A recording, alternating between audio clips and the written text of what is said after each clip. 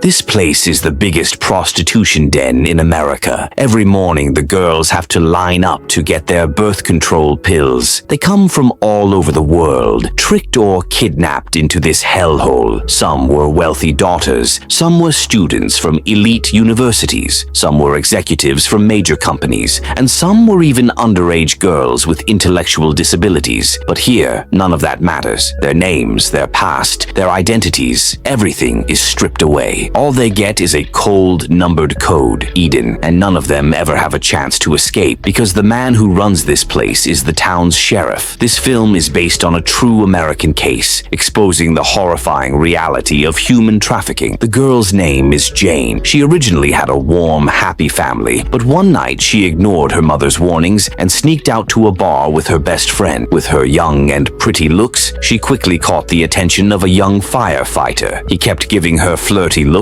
and even asked the bartender to send over 2 drinks. Encouraged by her friend, the 2 girls walked over to thank him. The guy's charm and jokes pulled Jane right in. Seeing this, her friend backed off and made an excuse to leave. Jane had 0 defenses against this handsome firefighter, and later that night she got into his car without hesitation. As the man kept sweet-talking her, Jane slowly let her guard down. She even thought about spending the night out with him. Once he felt the timing was right, he pulled over to the side of the road. To keep her calm, he kept complimenting her looks. Young and naive, Jane leaned in and kissed him, but right at that moment, a sudden flash of bright light interrupted them. The man quickly said he had something to take care of and stepped out of the car. The moment he left, Jane noticed that his firefighter badge was fake. Panic hit her hard. She quietly unbuckled her seatbelt, trying to slip away, but as soon as she opened the door, he came back and knocked her out with a single blow. When she woke up, she found herself locked inside the back of a cargo truck. 2 frail girls were also trapped there. Seeing a puddle of urine spreading across the floor, Jane finally realized she had been kidnapped. No matter how much she regretted her choices, nothing could change what had happened. She curled up, burying her head in her arms, trying to hide her fear. When she opened her eyes again, she was lying on a surgical table. She tried to get up, but her arms and legs were strapped down tight. A woman dressed in white walked in. Jane begged her for help, desperate for any kind of mercy. But the doctor showed no sympathy. She injected Jane with anesthesia, sending her back into unconsciousness. Then she simply removed Jane's braces and, together with a male guard, washed her clean. The next time Jane woke up, she was lying in a shabby dormitory. That's when she finally understood. She had fallen into the hands of human traffickers. Right then, she heard the boss shouting outside. All the girls were ordered to line up and take their birth control pills. Only then did she realize this wasn't just human trafficking. This was a full-scale prostitution ring. Soon after, the sheriff walked into the dorm holding Jane's file. He told her the job here was simple: serve her clients every day, shower regularly, and keep her body clean. But she shouldn't even think about running away because he had all the information on her and her family. He then gave her a new name, Eden, for the safety of the people she loved. Jane had no choice but to obey in silence. That day, after Eden finished her shower, the girl in blue, Annie, handed her a pregnancy test. But Eden had no idea how to use it. Annie didn't even bother answering such a stupid question, but luckily a roommate behind her showed her how it worked, saving her from another punishment. Even though she dodged that trouble, her real nightmare was just starting. The girls lined up at the door like they always did, and Oren walked by carrying a bunch of revealing outfits. Whoever he picked had to go out with him for their jobs, and both Eden and her roommate were chosen. He drove them to a remote house. Eden wasn't forced to serve any clients this time, but instead they hung her from the ceiling, and the room was filled with cameras. In front of her stood a woman dressed in leather, holding a whip. It was obvious this was going to be a torture show. The whip cracked down hard again and again. Eden's face twisted in pain, but she didn't dare resist. When it was finally over, she broke down crying, and her roommate held her gently to comfort her. But from that moment on, Eden became more determined than ever to escape. One day, the chance finally came. Oren brought her to a client's home. Eden walked in with a smile, and when Oren looked away for a second, she suddenly bit the client and ran out. But Oren quickly caught up, slammed her onto the ground, and held her down. Eden yelled for help from the wealthy guests nearby, but no one even looked at her. To them, she was just a prostitute, not someone worth saving. When the sheriff heard about what happened, he warned Oren that if something like this happened again, he'd replace him. Oren returned furious and took it all out on Eden. He tied her inside a metal drum and ordered his men to pour in buckets of ice so she'd remember her place. Yet even then, Eden never gave up on escaping. One day, Lassie noticed something was wrong with her. She told Eden that if she wanted freedom, she needed to become valuable to the organization. But first, she had to find a way to replace Annie, the girl in blue, because Annie once helped Oren out with a major favor, which was why she had her current position. Before Lassie could finish, a big guy stormed in and dragged her away because she'd been tested pregnant. Lassie's fate made Eden realize that only by earning the traffickers' trust would she ever have a chance at freedom. So she forced herself to stay calm, learned to endure everything, and slowly adapted to her environment. Even when dealing with 50-year-old clients, she managed to hold herself together. On the ride back, Eden was locked inside the van as usual, but she noticed that her heel had snapped. She quietly broke off the heel completely and hid it inside her body while the men weren't looking, allowing her to get past their search. But when she returned to the dorm, she discovered that Annie had moved into her room, while Lassie's bed was completely empty. Eden instantly understood what had happened. That night, once everyone was asleep, she pulled out the heel and drove it into Annie's neck. They wrestled violently, and the noise immediately caught Oren's attention. He didn't care why they fought. Breaking his rules meant punishment. He ordered Eden to open her mouth, shoved a ring inside,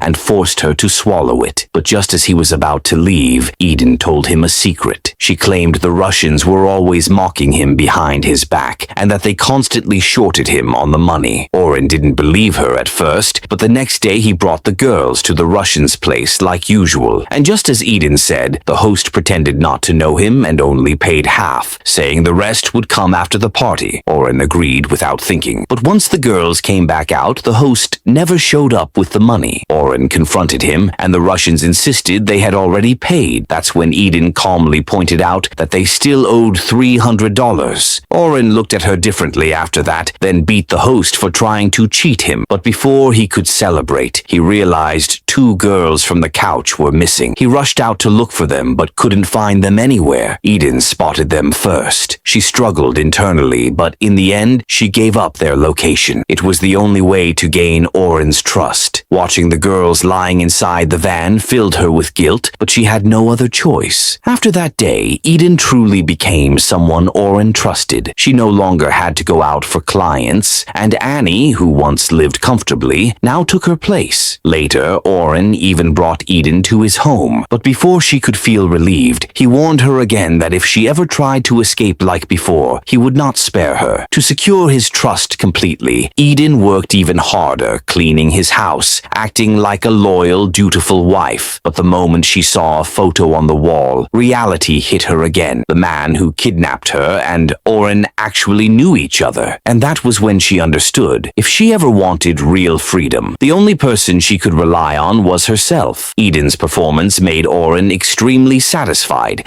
and soon he started giving her more important tasks. But the woman in blue wasn't happy about it at all. She tried to protest, yet pushing back only sped up her downfall. Eden smoothly took over her job, and Oren explained that this position mattered a lot. She would be handling long-term clients, and every region had its own code. Her job was to record each client's requests, but she must never bring up prices, because regulars already knew them. If someone asked about the price, it meant they were from the FBI, and exposing that would put the entire operation in danger. Eden kept this rule in mind, and from then on she became Oren's most trusted assistant. She watched countless girls get trafficked across the world. Age didn't matter. Once these people targeted someone, they used every trick possible to trap them, but being trapped in darkness herself, she couldn't do anything to stop it. Until one day she received a call. The person on the phone wanted 2 girls and even gave the address without hesitation. But right as Eden was about to hang up, the caller suddenly asked about the price. She instantly realized he might be a cop. So while no one was looking, she quietly gave him the number and then hung up as if nothing happened. Meanwhile, the sheriff was giving a speech to his officers. When he finished, a member of a special investigation team approached him. They suspected the sheriff was connected to a recent missing female corpse case because his IP address had been traced near the scene that day, but the sheriff denied everything. Without hard evidence, they couldn't arrest him. Still, the accusation made the sheriff furious. He believed Oren must have leaked something, so he went to confront him, but Oren had long been tired of being under his control. He picked up a stick and beat the sheriff to death. Eden witnessed everything but pretended to tremble helplessly in the corner. Moments later, Oren received a call from his men and learned their hideout had been exposed. He rushed Eden back to their main base, burned all the evidence, and relocated the girls to a new location. But he still couldn't figure out where the problem had started. Soon after, he told Eden to find a passport from someone who looked like him because he planned to take her away with him. Eden realized this was her perfect chance to escape. When Oren wasn't paying attention, she sprayed a bit of insecticide inside his smoking pipe and carefully put it back. She looked nervous, but Oren's addiction kicked in. He picked up the pipe and took a long drag. Within minutes, he struggled to breathe and collapsed, completely unconscious. Eden approached him carefully and confirmed he was out cold. Then she grabbed 2 vials of anesthetic from the fridge, cut the tracker off her body, and headed straight to the base where Lassie was being kept. Since Oren trusted her, the guard didn't suspect anything. Eden took advantage of that moment and injected him with the anesthetic. He dropped instantly. Eden hurried to Lassie's room, ready to take her away. But Lassie wanted to find her baby before leaving. Eden convinced her that staying alive had to come first, and Lassie reluctantly agreed. The two of them stole one of the vans and drove non-stop for 2 days and nights. Only when they were far beyond the organization's surveillance did they finally stop to rest. Eden found a payphone, and for the first time in 2 years, she finally spoke to her mother again. The story ends here, but in the real world, countless women and children are still trafficked and forced into brutal lives. Hopefully, more people will step forward to help them.